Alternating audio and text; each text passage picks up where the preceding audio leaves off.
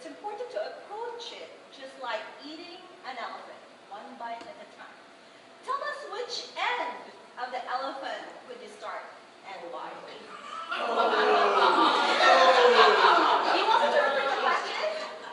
Sometimes when you look at a big task, it's important to approach it just like eating an elephant, one bite at a time. Which end of the elephant would you start and why, Mr. Jerry?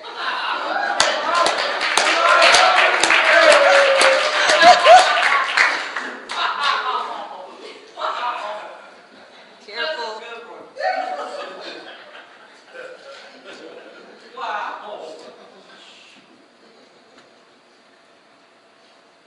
Good evening, fellow Toastmasters. Good evening. Wannabe Toastmasters.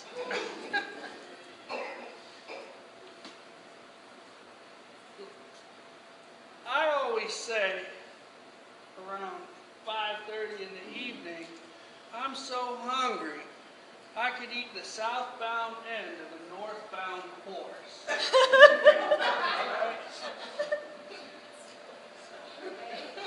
As my buddy Mike Rowe would say, it's a dirty job, but somebody's got to do it. And the way that I look at life is you might as well just wade right in. Get dirty, get nasty at the beginning, because if you're doing your job, nobody's going to like you anyways, right? So we've got this little farm, and I was away on vacation, and I get these pictures of these guys out in the back of this truck with cow doo-doo stacked this high.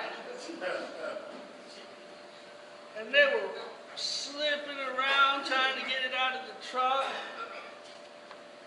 And I got there on the job today.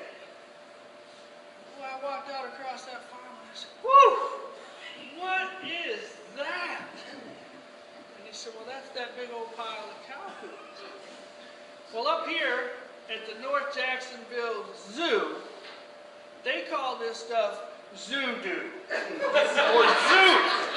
And it is the best fertilizer that you've ever used, 100% organic.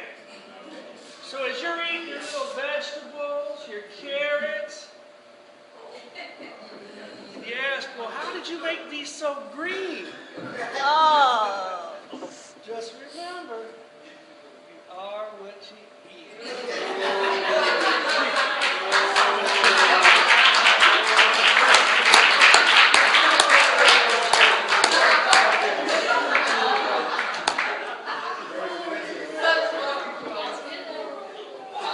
We have more leftovers over there if you want to eat. Mr. Stephen Dixon, come on up.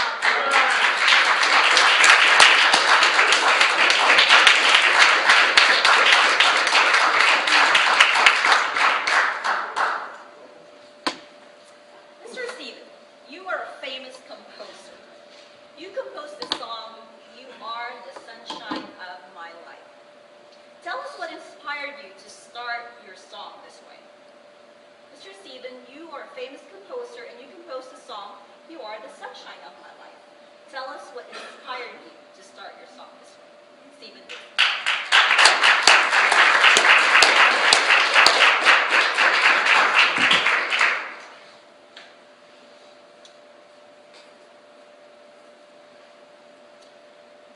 You know, recently I viewed a movie for the first time in its entirety. I had seen excerpts of it, catching a little bit here, a little bit there, but I never saw the entirety of this movie. And it was entitled Bucket List. I'm sure a lot of you have seen that movie. And basically what it talks about is doing some of the things that you were going to get round to doing and putting off. I had to tell myself, because I had a problem with communicating sometime with that perfect loved one in your life. You know, I had this manly aura of me and I kept stuff inside. So I had to tell myself, see, when you need to lighten up. So I put on my bucket list, like many of you, many things. And what I put on there was to do just that. So we were out on the coast of California because that was on my bucket list as well. I always wanted to travel and drive from Southern California to the northern coast of California in a convertible. So we flew out, got into that car, drove the coast, driving along Northern Highway. This huge storm came up. Thundered and lightning for about 5 minutes intensely.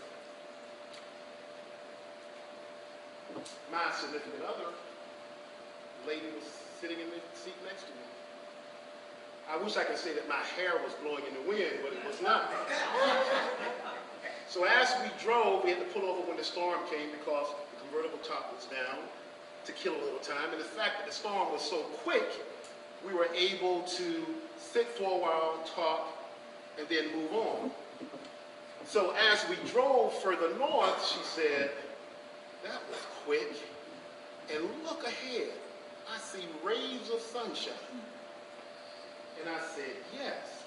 And as we came around the corner, the world's most beautiful rainbow that you could ever see was there.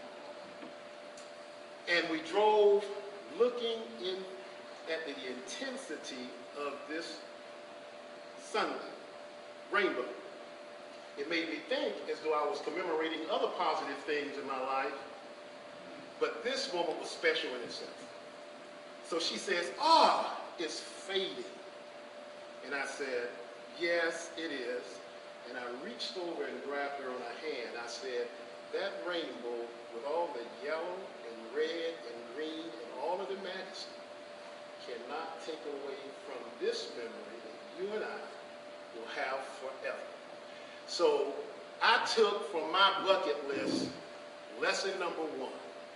And that was a teaching moment for me to bring out and actually say what I really thought and meant. And she just smiled. So to this day, as we are driving along the highway, I don't know if she's smiling about that moment or the fact that I always control that remote control.